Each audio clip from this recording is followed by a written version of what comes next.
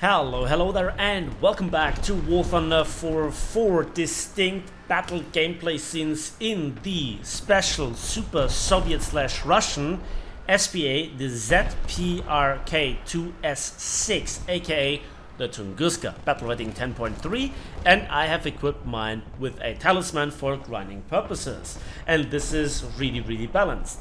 I have a little bit of a problem playing my main battle tanks on small maps, so I play now an SPA that is reasonably well suited for close combat or close quarters combat versus MBTs, because this is apparently what the community wants. I want bigger maps. The community doesn't agree with me very often when it comes to the bigger community of War Thunder, not just my community. Anyway, the Tunguska is just fabulous, and the fourth scene actually shows something where I want to know your opinion. Were those hackers and cheaters? Because they made some really dubious shots for multiple minutes, and I was just, well, the way that it was observed was just outstandingly obvious. Anyway, let's just activate the fantastic radar of the Tunguska, and let's put those very good air-to-air missiles to use. It's just so much skill. So good.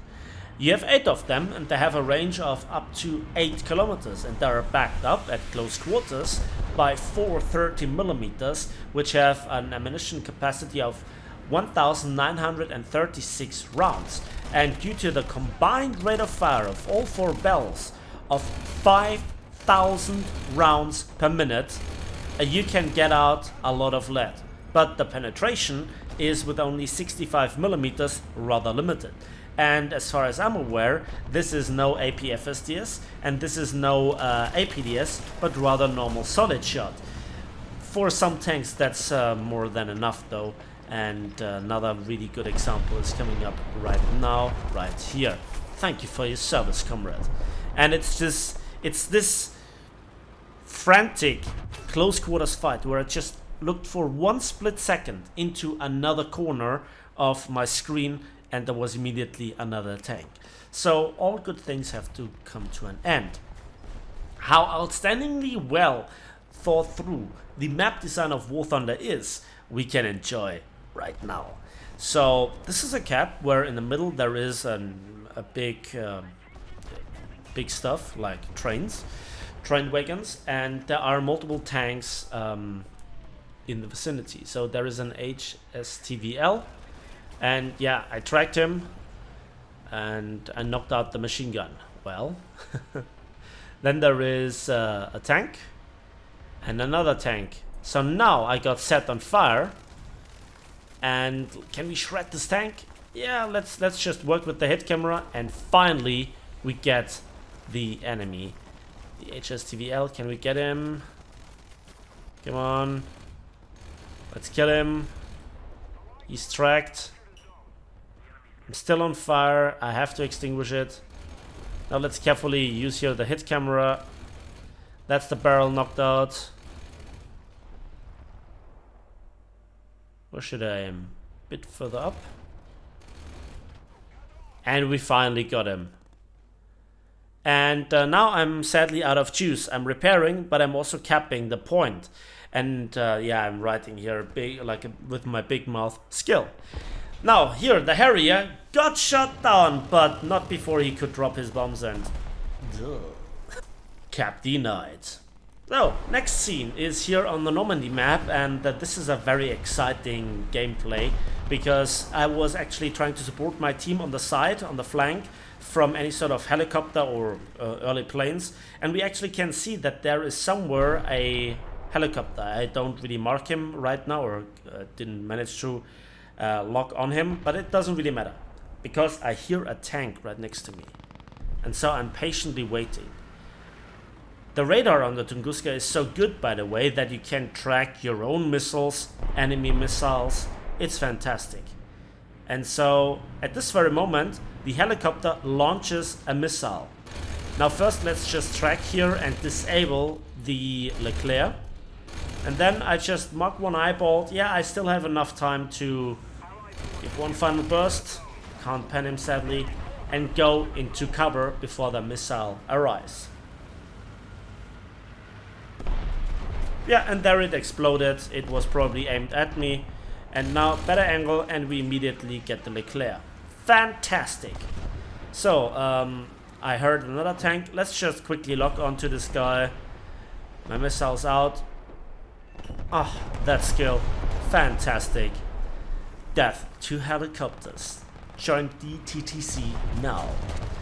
And the problem is, the enemy team have completely overrun our side of the map. They have A and B. A is the closest cap to our side, whereas C is the closest to theirs, which we occupy. Just War Thunder things, right? I should have gone the other way around the church here. They didn't expect me. And yeah, we just tracked one, and probably also the second one. Drop an RT strike, reverse, and eagerly await some really cool dude coming around the corner like that. Kill number 3 really quick, and obviously the 4th time's the charm, and immediately I catch an AP FSTS in the back, again directly only to my gunner. It's amazing how very often only my gunner is knocked out. I don't know if it's bots, I don't know if it is just superior aim, it's just an observation. Let me know in the comment section. Now, it's this battle that I really wanted to show you as well, because it was just presenting you with so much insight into War Thunder map design. And yeah, that was a tank that was just behind the enemy spawn, where I am on the objective and I'm spawn camping here the enemy team. This is fair and balanced. This is what the community apparently wants, what they just upvote, and all the other long-range maps that they want not to play, they have banned. So we are only left here with those maps that I would consider to be reserved tier maps. Overpowered Bradley, and I rebalanced him in good super special Soviet fashion. There is another tank. I just wait till I see his hull. Correctly aim. That was a lot of, I don't know, wasted. But it was absolutely worth it. So here I am behind a rock, and I am in full cover. The only thing that they see is my radar antenna. And there you could see the first shot. That was aimed at my hull. At this very moment you could say, oh, that was just slightly misaimed. So here I'm now no longer visible to him directly. Maybe he sees the antenna, I don't know. And I'm just eagerly waiting for him to make a mistake and to just get a few bursts in, to then get later on the kill assist. That's my goal with spamming them. And there we go.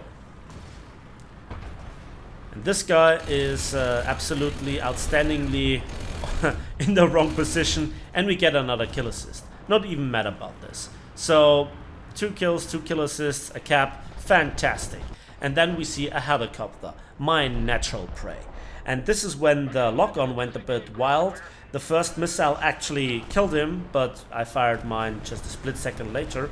I unlocked him, and this is when I then had again full control over the missile, and I killed him. Beautiful. Just like that. Most of the strategic zones are captured. So, remember when I said this is getting really dubious? Just watch what happens now to my cover. The only thing that they really can see is the part of my tank through that little shooting hole here for medieval times, you know. Not quite sure how you call it. That's probably the only part where they can see my tank. And again, this is the perfect position to just chill here, protecting the objective and kind of spawn camp. Like, I don't want to spawn camp, but should I retreat into my own spawn to not directly spawn camp them? I don't know, man. War Thunder's map design is just debatable. Now again, I made here a quick radar scoop, and again, look at this shot, and the second one as well. That just like they would shoot here automatically. And again, he had no chance of hitting me. It was not even aimed for that shooting slit. it was not aimed for my radar antenna, it was aimed center mass. Seems like the bot program that this guy might run hasn't really taken into account this part. And again, look, what is this? I never would take a shot like this. I don't know. Anyway, I think this is something where I have to ask you, what do you think about those shots? Because this is literally it for me today. So thanks for watching, thanks for listening. Please give this video a like if you did, subscribe if you want to see more, and we'll see each other on the waves, in the skies, and on the battlefields of War Thunder.